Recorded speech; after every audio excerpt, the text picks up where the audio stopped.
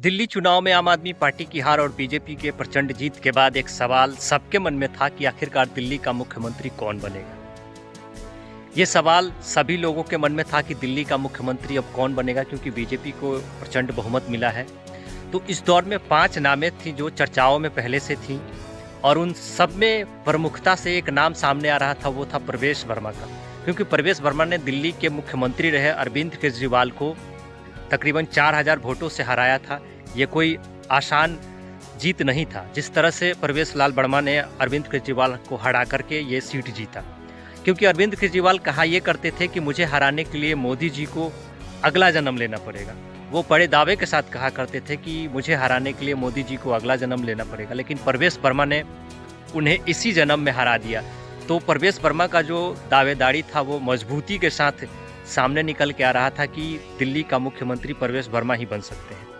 लेकिन इन सब में एक महिला कैंडिडेट का नाम सामने आ रहा था, रेखा गुप्ता का, क्योंकि कहा यह जा रहा था कि अगर किसी महिला को दिल्ली का मुख्यमंत्री बनाया जाए तो रेखा गुप्ता बन सकती है।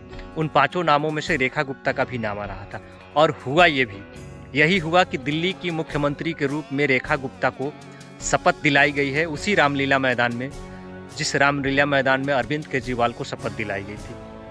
और रेखा गुप्ता दिल्ली की 4थी महिला मुख्यमंत्री के रूप में उन्होंने शपथ लिया है। इनसे पहले 3 महिलाओं ने दिल्ली का बागडोर संभाला है।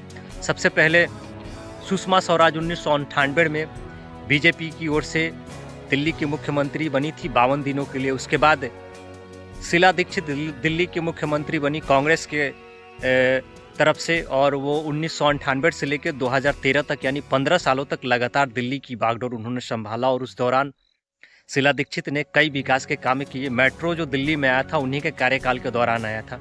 उसके बाद जब आम आदमी पार्टी की ओर से अरविंद केजरीवाल शराब घोटाला में जेल गए थे, उस दौरान आतिशी सिंह को दिल्ली की बागडोर संभालने के लिए दिया गया था।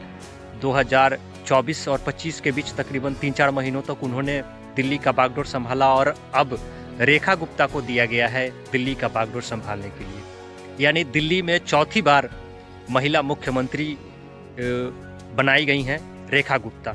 रेखा गुप्ता का जो जीवन रहा है वो छात्र जीवन से ही राजनीति में उन्हें रुचि रहा था। जब वो पढ़ाई के दौरान जब वो कॉलेजों में थी तो उस दौरान उन्होंने ABP ज्वाइन किया था, अखिल भारतीय विद्यार्थी परिषद ज्वाइन किया था। और उसके बाद जब वो JNU में गई उस दौरान वो JNU की छात्र नेता भी रही।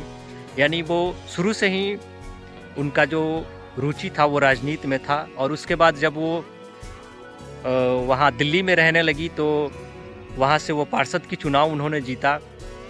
और पार्षद के चुनाव के बाद वो पहली बार विधायक की चुनाव वो लड़ी थी पहली बार, और पहली बार ही विधायक की चुनाव जीतने के बाद वो दिल्ली की मुख्यमंत्री बनी। यानी पहली बार उन्होंने विधायक का चुनाव लड़ा और वहाँ उस सीट को निकाला, वहाँ से वो जीत हासिल की और उसके बाद उन्हें उसी आधार पर उन्हें दिल्ली का मुख्यमंत्री बना दिया गया। तो ये उनके लिए एक बहुत ही स्वर्णिम काल रहा है, स्वर्णिम वक्त रहा है कि कोई विधायक पहली बार जीता और वहाँ का वो मुख्यमंत्री बन जाता है। तो ये रेखा गुप्ता के लिए बहुत ही महत्वपूर्ण समय था।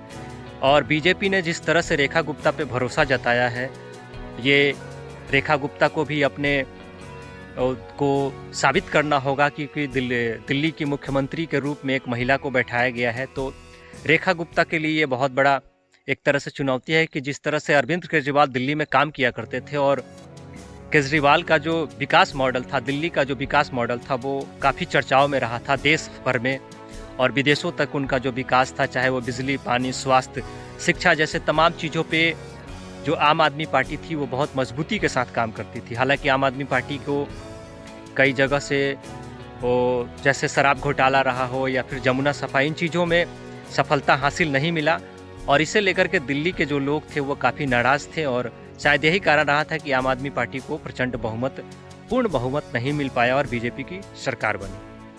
बाकी बीजेपी ने जिस तरह से वहाँ जीत हासिल की और दिल्ली के लोगों ने बीजेपी पे जिस तरह से भरोसा जताया है, उम्मीद तो यही किया जा रहा है कि बीजेपी भी दिल्ली में विकास का जो काम है जो अरविंद केजरीवाल के दौरान नहीं हो पाया है, उन चीज़ों को ये जो बीजेपी है वो आगे ले जाएगी और ये तमाम उन कामों को पूरा करेगी और जनता के वादों पे खड़े उतरेगी।